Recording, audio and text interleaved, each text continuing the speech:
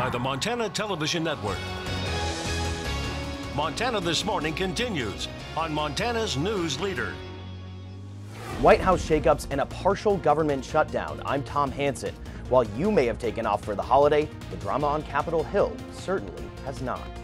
That's national government. Locally, Gallatin County and the city of Bozeman don't always get along. Coming up, Bozeman's deputy mayor says the two need to focus on during the coming new year.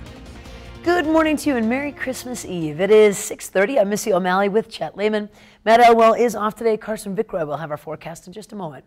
The U.S. government is in partial shutdown and headed towards the Christmas holiday and possibly into the new year. Stalemate over President Trump's southern border wall remains unresolved. At the same time, President Trump made another major cabinet move. Tom Hansen has the latest. As the partial government shutdown enters day 3, Democrats and Republicans are trying to break the impasse over President Trump's border wall. Incoming acting chief of staff Mick Mulvaney said he and Vice President Pence held discussions with Republican and Democratic Party leaders on Saturday. The president's not going to not accept money for a border wall. Mr. Trump continued to take his case to Twitter, writing, "The only way to stop drugs, gangs, human trafficking, criminal elements, and much else from coming into our country is with a wall or barrier." We currently are only screening 1 out of 5 cars and trucks coming across our border. Let us dramatically increase the technology there in something called a Z portal. That's the kind of investment that Democrats want to see for real border security, not some medieval wall. The president made some other news via Twitter this weekend, announcing he's naming Deputy Defense Chief Patrick Shanahan, a former Boeing executive, as acting defense secretary.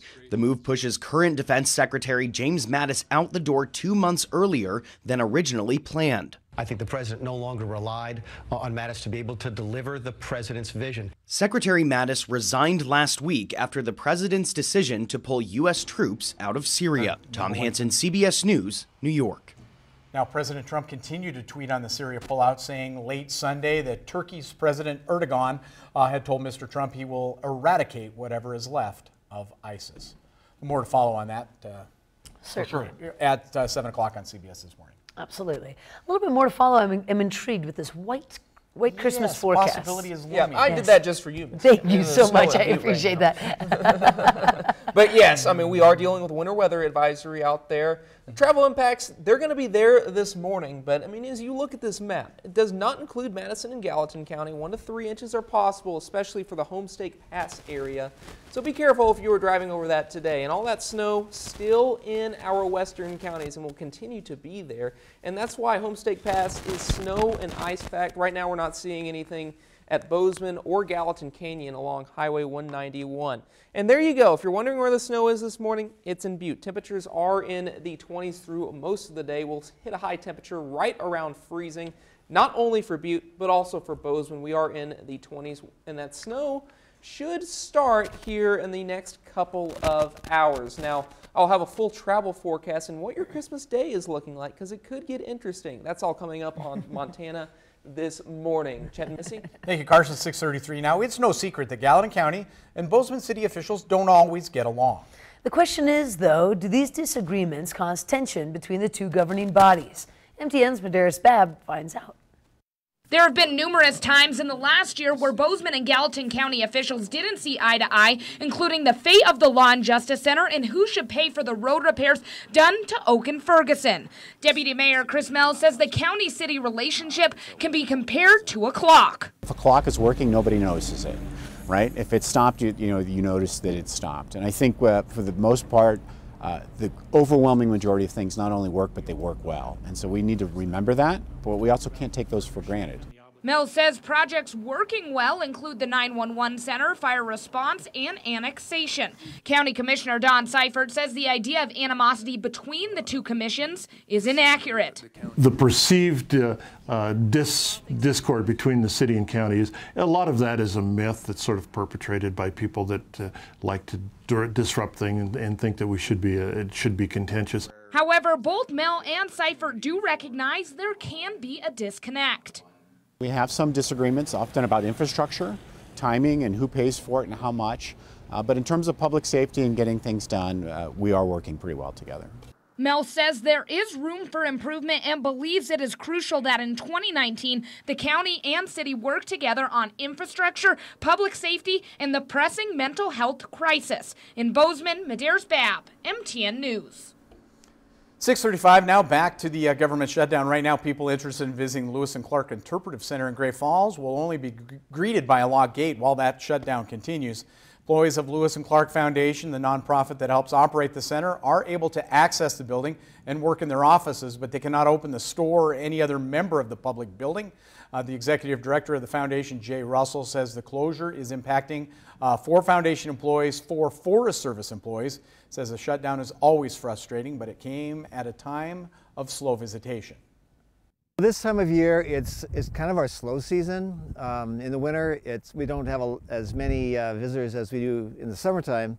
But the holiday season, we do get a little bump up in traffic. People coming here on the holiday and wanting to show the Interpretive Center to their friends and family. And so, unfortunately, those folks won't be able to go to the center. Well, they can still show it to them. You just have to see it from the parking lot. This is the 3rd time in recent years a federal shutdown has closed the center. Depending on the length of the shutdown, some scheduled events may also be affected. And of course, skiing and snowboarding are major draws for our area. Local Ski Hill Bridger Bowl is doing its part to make sure every child in the valley gets the opportunity to learn to ski. MTN's Patrice Parks has more. Bridger Bowl will see 5,000 kids pass through its Ski PE program. Most school-age kids in the area will get at least 1 ski day in this season. So in conjunction with our mission statement, making skiing and riding affordable for the local community, and that is definitely our passion of keeping it that way, we have kids from a 150-mile radius come to Bridger every weekday during the school year, and they get lessons, and then they get to go ski and ride with their friends in the afternoon. All receive a reduced rate of $35 for a lesson, equipment, and a day on the hill. And no student is left out, as the Ski Hill provides help for those in need. The Bridger Bowl Foundation helps out any hardship cases, so if anybody that can't afford to come and can't afford that $35, we help them out, and the Bridger Bowl Foundation will cover the expenses of that trip for them. This program is done on school days, so for many of these kids, it's a welcome break from the classroom. And I like having fun with our friends and being able to go on runs by ourselves. So we get to get to know people better and make new friendships. It's just really fun because they have different levels of so you can just kind of choose and pick. And it's a really cool mountain, and if you go way up high, the views are really pretty. It's just a blast to get to go out and have fun and teach the responsibility code and get the skiing kids out on the mountain enjoying the wintertime. I know many of them that have then started to work in the ski industry because they just got that little taste and they didn't get it with their families, so they get it through school. Reporting from Bridger Bowl, Patrice Parks for MTN News. 6:38 now. We're going to shift gears a bit. The new episode of Under the Big Sky featuring Yellowstone grass-fed beef, Eugene's Pizza, and award-winning hip-hop artist Superman premieres this evening. The new episode takes viewers to Two Dot, Montana, where the Jones family has changed the way they raise cattle. Their approach helps them do more with less and creates added value to the 5th-generation cattle operation. Then we're heading north, where the same family has been making award-winning pizza for the past 55 years. Not the same pizza, multiple different pizzas, of course. The Canodals credit their success to enthusiastic fans and the original recipes that they refuse to change. Lastly, Under Big Sky features Superman, a Native American hip-hop artist who brings Native traditions and modern culture to audiences across the globe. He shares a message of hope and love with people of all ages and backgrounds. News stories will also be available online at underthebigsky.com. Again, that's coming up tonight at 10 o'clock. We will premiere that tonight. Oh, great. Now I'm hungry. I want to grill out, have some pizza, and go listen to some music. There you go. Thank you. At 10 o'clock tonight, you can do all of that. Perfect. That's perfect. Let's do it. I do want to try Eugene's Pizza. That sounds really good. We've been 55 years. They've done something right. Right? 5.5 decades. We do have to take a quick break. Here's a little look ahead on Montana This Morning. Retailers that made their name with online sales are now popping up in the mall. I'm Kenneth Craig with The Reason Why.